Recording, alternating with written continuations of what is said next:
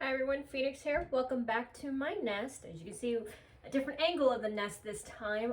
That's because today we are going to be making a nice stew or a soup or whatever you want to call it.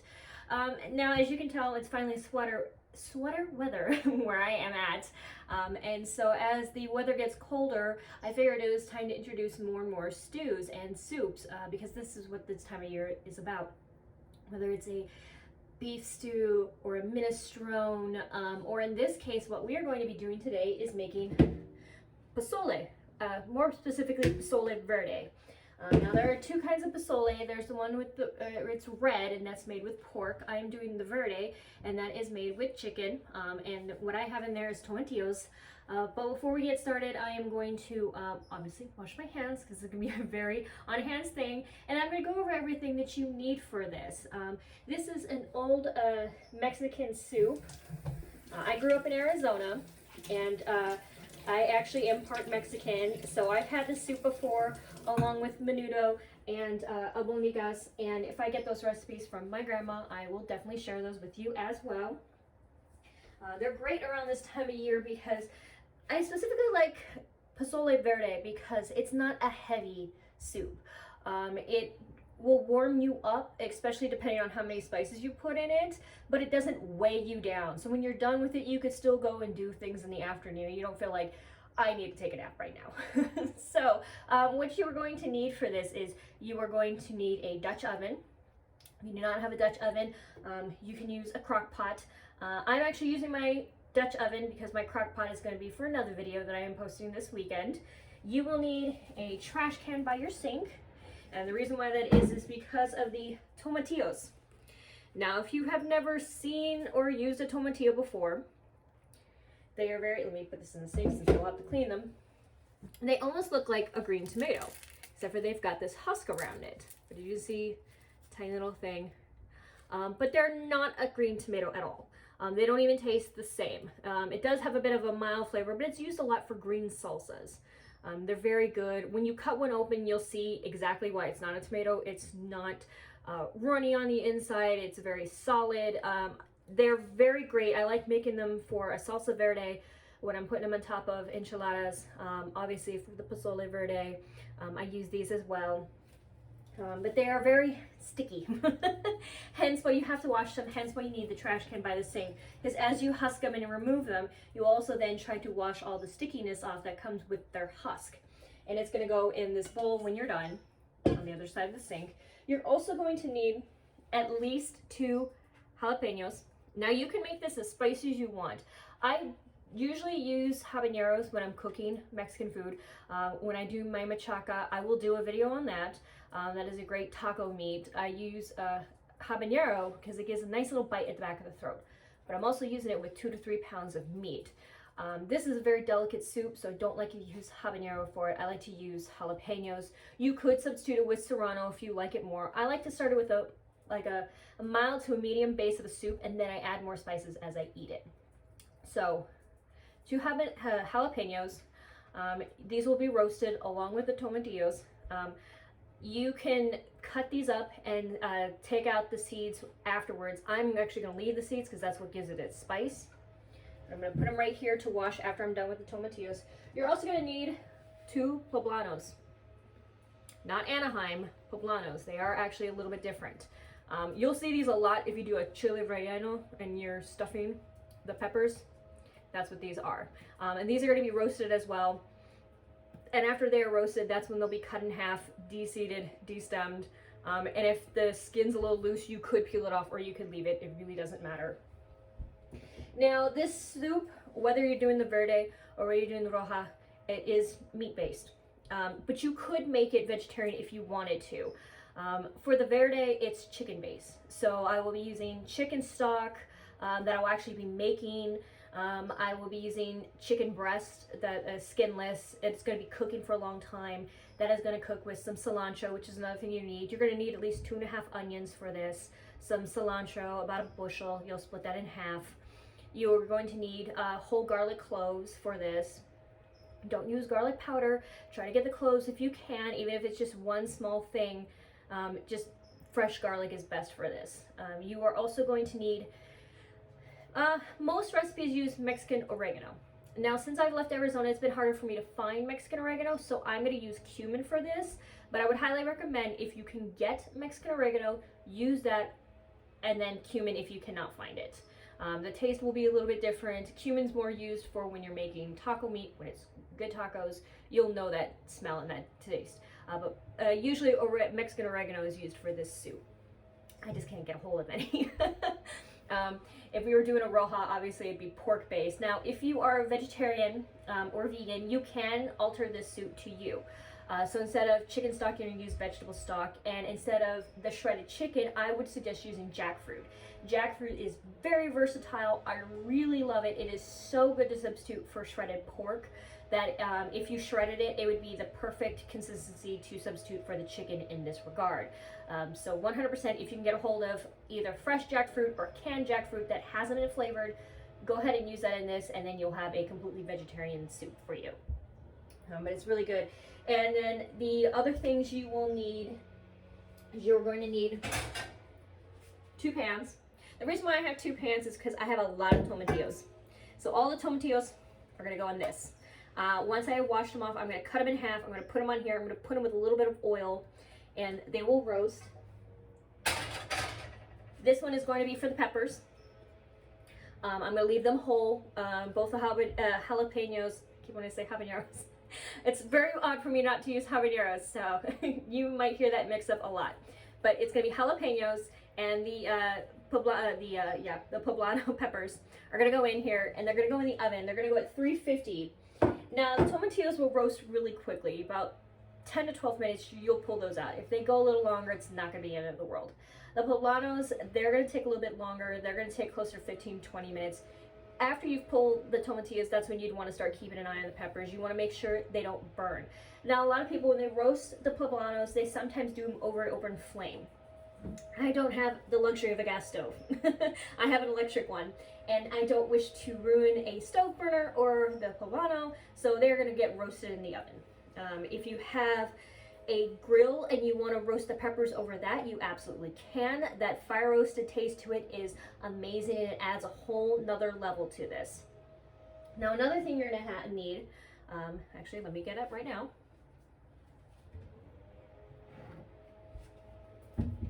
is hominy. A can of hominy, and it's gonna be this big. There are no smaller cans. You don't want a smaller can. You want a can at least this size. Sometimes, depending on how big of a batch of a soup you are, or if you want it more of a soupy or do you want it more stew, will depend on how many cans you're gonna use. I use 1. Some people use 2. That's all up to you. You can actually make your own hominy too. My kitchen, unfortunately, as much as I can do in it, there's only so much space I have in it, so I do not make homemade hominy. I just don't have the space for it. I don't also have the time for it. I do a lot of time-consuming recipes, and I love them, but making hominy is one of those I just don't have the time or the ability in my kitchen to do so. If you do, if you've made it before, continue going. If you have a secret on how to do it in a small kitchen, please let me know in the comments below. I would love to start making my own hominy, just to, you know, make it that much more authentic. I already make my own chicken stock, so I'd like to do the hominy as well and just make it one gigantic homemade soup. Now, if you don't want to make your own stock, I will have actually a video up as well, hopefully this month, if not in the beginning of November, on how to make your own stock, whether it's veggie, chicken, pork, whatever. You can buy it. There's absolutely no shame in that. Just be careful. Look on the box. Some will say low sodium, some will say regular sodium. That's going to be up to you for this recipe. It's not like if you're making a brine with it where you need to watch the salt level and you need more of it. This is going to be a matter of personal taste. So you either want a lot of salt in it, not so much salt in it. It's really going to depend on you. So I'm going to get this can out of the way. I've already washed my hands. So we're going to go ahead and get started on shelling these, and obviously I won't make you watch me do this whole thing, but then I'll show you afterwards what they will like cut in half, and then we'll get them in the oven.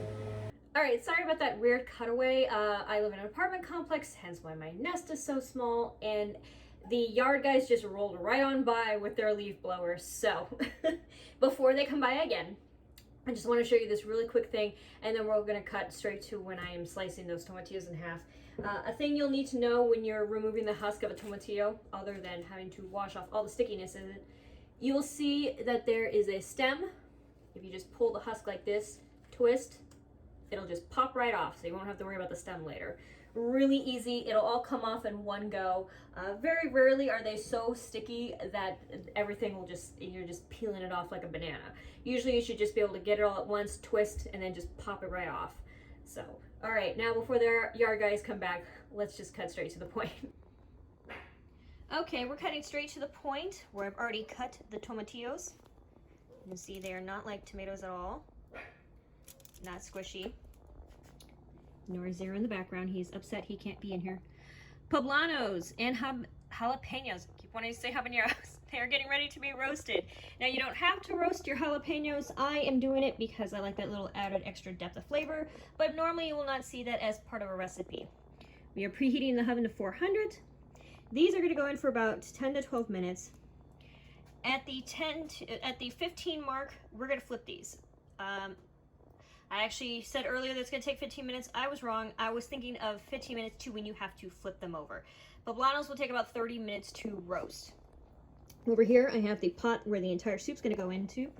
Currently, nothing. I have it on camera one. Okay. And in this pot, I am getting some stock ready. I'm going to put the chicken in it, that half onion, some cumin, and I am going to put in some of the cilantro. And I am going to actually just cook the chicken very gently for 20 minutes, and then it will be shredded to go into the pot.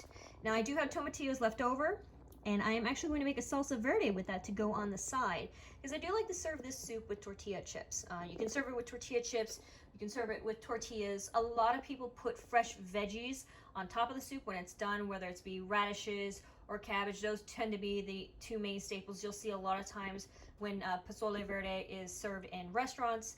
I myself don't have those veggies. I'm not a big radish person, so I will not have those on there. So instead I like to, with a little bit of verde on the side, as well as, sorry about that guys, he's really upset he cannot be in here. He smells the chicken.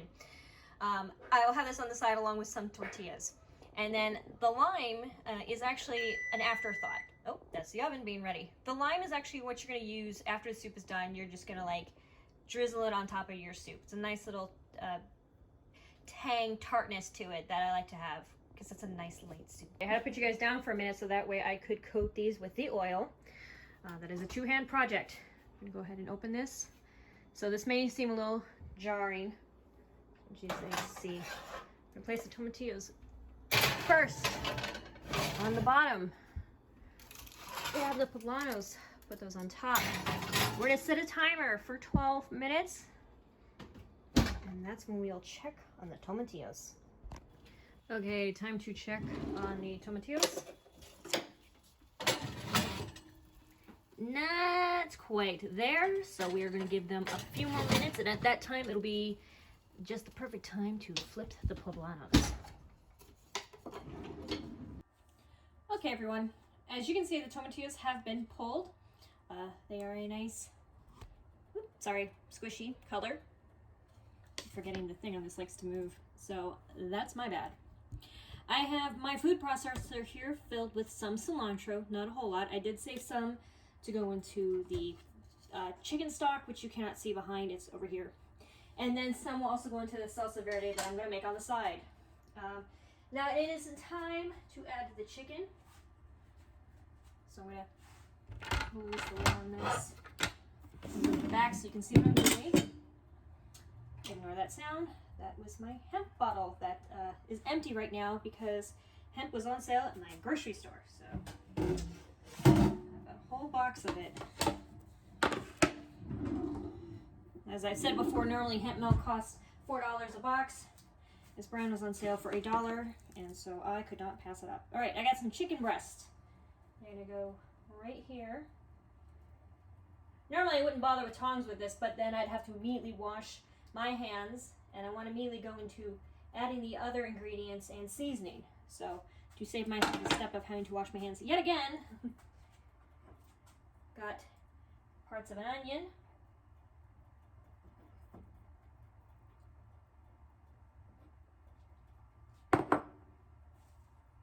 Some of the cilantro. That will cook down, so if it seems very high, don't worry about it. I'm going to add some pepper. This is just the flavor of the stock. It's not the flavor of the chicken, it's the flavor of the stock. The chicken will carry some of this flavor over, but mostly it's for the stock because you want to build the flavors of a soup, as any soup that you do. Oh. I didn't realize this cumin was brand new. Forgot I used the last of it when I made tacos. Okay, so a little bit of cumin. Normally this is when you would put in Mexican oregano, but as I mentioned, I have a hard time finding it out here. So, I'm gonna give that a little, just to put the herbs down there. Okay, and then last but certainly not least, kosher salt. I've mentioned in videos before, I like kosher salt above regular salt. Helps with the flavor more. I don't have to use as much of it.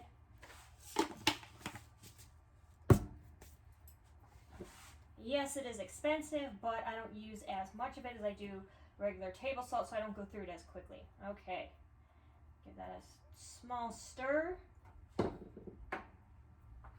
Going to put the lid back on it. Turn this down to medium-low, and we're gonna let that cook until the chicken is done. It's gonna take about 20 minutes, and that's when we'll pull it, let it cool, shred it, and we are going to drain the stock out of all the big pieces, and the stock is what's gonna go inside the Dutch oven. So this is, normally you can get this done in an hour, but I like to let this sit and rest and cook, and the longer some foods cook, the more flavor it develops. I do this when I do my tacos. My tacos are a 2-day process. So when I do that video, it's gonna be a longer video, and it does take 2 days. And let me tell you, those 2 days are gonna be worth it. Same with the soup. This soup is a half-day project, and I like it that way. The flavors you're building slowly throughout the day. Don't let a long timed recipe throw you off. Sometimes the longer recipes are just as worth it.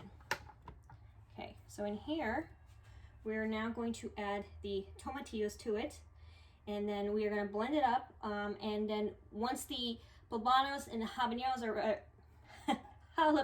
ready, I am going to be saying that this entire video, we're going to add this to it as well. Now, you can do it in a food processor, or you can do it in a blender. It has to be one of the two. This is not one of those you could just mash up. You will have to do it in batches, regardless. Neither one has a large capacity to it. You can see that there is a lot of tomatillos, and there's going to be very, very big poblanos going in here, so you're going to have to do it in batches. It's just the way it is.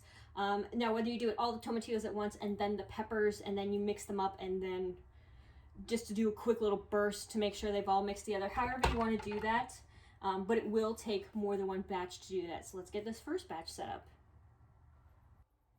Okay, as I was getting this first batch ready, the poblanos and the jalapenos were ready to come out. You see it nice, lovely roasted on it. I've already taken the end off, and with the seeds and everything, it's going to go in there. To the first batch, I'm going to save one over here for another batch. I'm going to take out one of these beautifully roasted poblanos. See the nice dark char on it. I'm going to, woo! Careful now, when you pop these open, there will be a lot of steam trapped inside. Okay. Gently open it up. Sorry, let me tilt this more so you can see more what I'm doing. Okay, and see how the seeds just easily just scrape right out.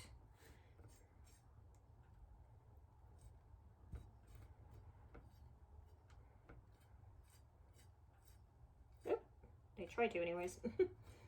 Some get trapped in little crevices. Okay.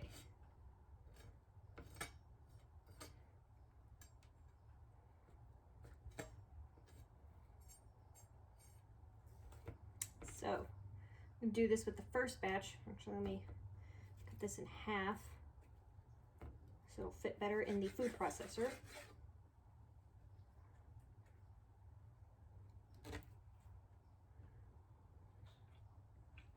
Okay. And inside here, I've also put in 1/4 of an onion. You'll need to have 2 whole onions chopped up with this, so that's going to increase your batches on how you do this. And wait for this to cool before you throw it in the trash. Otherwise, your trash is going to be steamy, and that just won't be good. And to save you from the noise, I'm going to go ahead and cut ahead of time. Alright guys, welcome back. We're going to be starting to assemble the stew together. I have taken the chicken out of the broth. So we have a nice, it's over here just chilling, just cooling on a trivet. So I can actually shred it without burning my little fingers. Now I didn't go over earlier, and I should have, that was my bad, how you can actually make this completely vegetarian. In this pot I had back here was 2 quarts of chicken stock. Now obviously if you're vegetarian, vegan, you're going to replace this with a vegetable stock, probably one that you've made yourself, just so you can make sure there hasn't been any cross-contamination. And instead of cooking chicken breast in here, you'll want to do jackfruit. Now the reason why I say jackfruit and not tofu is because jackfruit will give you that shredded quality that you would have normally with the shredded chicken in here, whereas I personally have never seen that with tofu. Maybe you know a way to manipulate tofu so you can get that shredded quality. Personally, I would just go with jackfruit. Jackfruit's really tasty. It's really good for you. It can absorb, just like tofu, it can absorb whatever flavors you're meddling with. So for the shredded quality, I would say just go jackfruit. Whether it's fresh or canned, that's the route I would go. Then you would also have in here a 1/2 onion and like maybe a 1/4 sprig of celery. And then you're just going to simmer that just until it's heated if you're a vegetarian. For those of us who are cooking chicken, at least 20 minutes so the chicken breast could cook thoroughly through. And now that I've pulled the chicken breast out, I'm going to strain it so that way I can keep the broth, but not have to have the chunks of vegetables that are in it. And when you do this, I'm going to remove this from the heat. You can actually hang on to the vegetables that you have in here. I just have to have a 1/2 of an onion and some cilantro, but if this was a different stock you were making, you could keep those veggies, cool them off, put them in a freezer bag, and then you can make stock later on, or you could use it for the insides of sorry, my brain just froze. You could use it for the insides of poultry because it already had that flavor to it. So if you were making a stock to brine, like say a chicken you were going to make the next day, or a duck or a turkey, you would keep the pieces that you had in here, the veggies, and then you could put it inside the bird's cavity the next day. So you would want to hang on to that.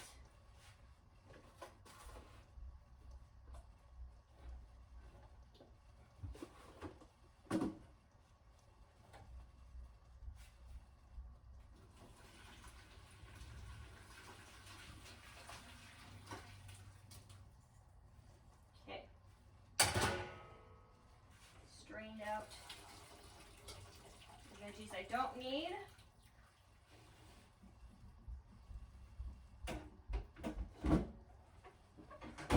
Bring the broth back into here.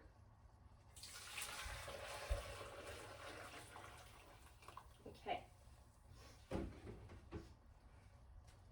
And the reason why I had it in here instead of keeping it in the Tupperware dish that I strained it into is because this is a little bit easier to add into this versus the Tupperware. It's hard for me to get a good grip on it. At least with this, it's got handles, so I can do as I want. So let me, actually, now that I think about the angle, move the hominy out of the way so you guys can see the verde in there.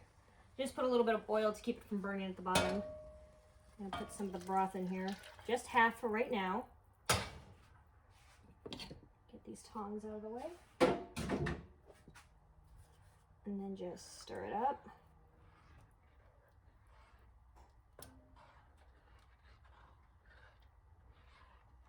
Starting to see it get more of that soup quality.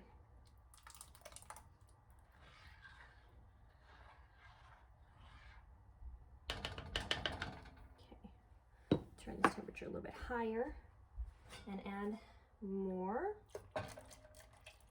Now how much you add is also going to depend on how big your pot is. If you have a crock pot that can hold a lot, then you'll probably add the whole thing.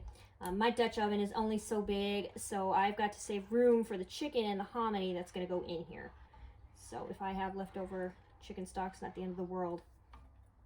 Okay. to add more of the cumin in here. And as I mentioned, if this is where you would add more Mexican oregano if you had it. I just love lots of seasoning. Don't ever be afraid of seasoning. Add seasoning. Seasoning is good. Seasoning is what makes food taste amazing. Okay, more salt. Now, because I made my stock from scratch, I didn't have as much salt in there. If you're buying it from the store, you could very well end up having a lot of sodium there, so just be aware of that. Okay. And I'm going to add the hominy. Now, if you've never had hominy before, basically what it is it's treated corn. They take dry corn seeds, and then they're treated. Usually with, in this case for this company, they use lime, aka limestone, and salt. Sometimes lye is used as well. And it's treated, and it's soaked. And then it's obviously rinsed off to get rid of that lye or limestone taste. Look at that, that looks beautiful. Now, a lot of the times hominy is taken and it is mashed down to make masa, which if you've ever had a homemade corn tortilla, that's what that is. It's used to make that. It's used inside of a tamale. Masa is used a lot. So hominies are a big thing in Hispanic cooking, especially Mexican cooking. Now, see, if you wanted to, because this soup's a little on the runnier side, you could add another can of hominy to it. I just like it like this, especially since there's going to be chicken in there, and so it's going to be a nice, slightly chunky soup. I don't want to have it be like a huge thing of hominy in here. I just like to have every once in a while a bite of the hominy. We are going to turn this to medium low, let it heat up, and then we are going to add the chicken to it, and then we will actually be done. Okay, as you can see, I have moved the Dutch oven to a back burner on my stove. I'll set it away. The reason why that is because I want to let this sit, and I wanted to let it sit uninterrupted. It's on the back burner, and it's less likely for me to have to move it later if I'm cooking. I am doing another video simultaneously to this, which involves cookies, and I like having this side of the oven free for me when I do that. So I've got the shredded chicken. I'm just slowly add that. All right. Okay. Just give it a little stir. As you can see, my Dutch oven is almost full. So it was a good call to hold back on some of that stock and some of that salsa verde as well. And that salsa verde will certainly not go to waste. I will be having that on the side of this soup tonight and some chips. So if you end up making too much salsa verde, do not worry. You've literally just made salsa. So you can have it on the side. You can mix it up with some cheese and have some queso con salsa or salsa con queso, however you want to call it. I'm going to go ahead and put this lid back on there. Make sure it's left on low. Now, technically, this is done. You just want to heat it up enough to heat up the hominy, and then you could serve it right away. Serve it in a bowl. Squeeze some lime over it. Maybe you want to add some tomatillos to it so it has a nice spice to it. Maybe you want to add some chili pepper on top. You can certainly do that right now. I like to let this sit for a couple more hours at a very, very low heat so it doesn't boil over and it doesn't burn on the bottom. So that way the flavors have all had a chance to marinate with each other, and every once in a while I will give it a stir, but the results will still be the same. At the end of the day, I will be serving a nice big bowl, and I'm going to have it with tortilla chips. I'm going to have the salsa verde on the side. If you have extra cilantro and you want to put it on top, if you do have shredded cabbage, if you are a big radish fan, you can certainly put it on this bowl right now. But let me go ahead and give you a look at that. Oops, sorry guys. But that is a very, very good stew that'll keep you nice and warm during this winter seasons. And as it goes on, I will add more. I will probably add the albóndigas recipe, as well as a beef stew recipe and a minestrone as well, so I can, hit the gamut. I'm going to try to find some more vegetarian style soups as well, so that way you guys do not feel left out, because everyone deserves a nice warm soup this winter. All right, guys, my name is Phoenix. I hope you enjoyed this lovely stew. If you have any suggestion recipes, go ahead and hit the comment section below. If you like this video, go ahead and hit that thumbs up button and share it as well. It helps this channel to grow. Be sure to hit that subscribe button as well as the bell icon so you don't miss any future videos. And I will see you guys next time.